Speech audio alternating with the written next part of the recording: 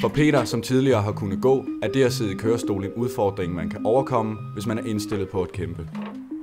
Sport har altid været en stor del af Peters liv. Efter ulykken troede han, at han måtte give afkald på sporten for altid.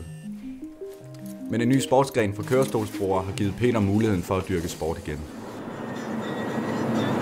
Vi skal udspille første runde af Danmarksmesterskaberne i kørestolsrugby. Den vildeste og fedeste sport for folk, der sidder i kørestolen.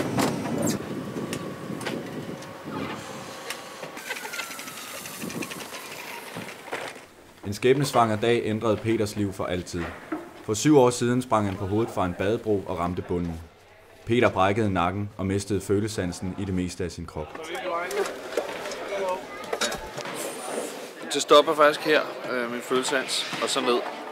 Og så kan jeg mærke fuldstændig på indersiden af armen, og jo længere jeg kommer over på undersiden, jo mindre kan jeg mærke. Normalt føles på tommelfingeren, og så går det ellers ud af, hvor jeg kan føle mindre og mindre. Og inde i benene har jeg en underlig, unaturlig følelse, hvor jeg føler det nærmest helt inde i knoglerne, hvor jeg kan mærke en lille smule sådan. Det er ikke en direkte følelse, men indirekte. Men nogle gange så kan jeg ikke finde ud af, om det er bare noget, jeg forestiller mig. Okay, kom nu. Få en god kamp, ikke? Okay, på 3. Ballcrackers. Okay, kom så. 1, 2. Ballcrackers!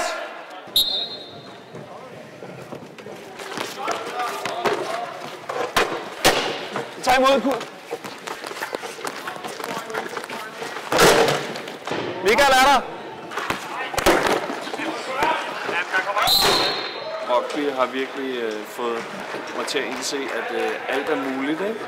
Selvfølgelig skal man have noget vilje, altså.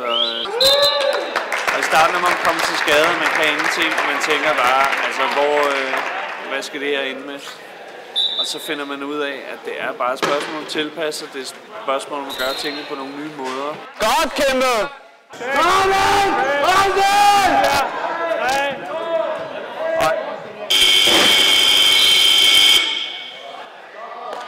Det har været godt for mig at være beskæftiget med noget, så man ikke sidder og tænker på sig selv og sin egen situation hele tiden, men har nogle ting udenfor, som betyder noget, som er vigtigt, og som man kæmper for.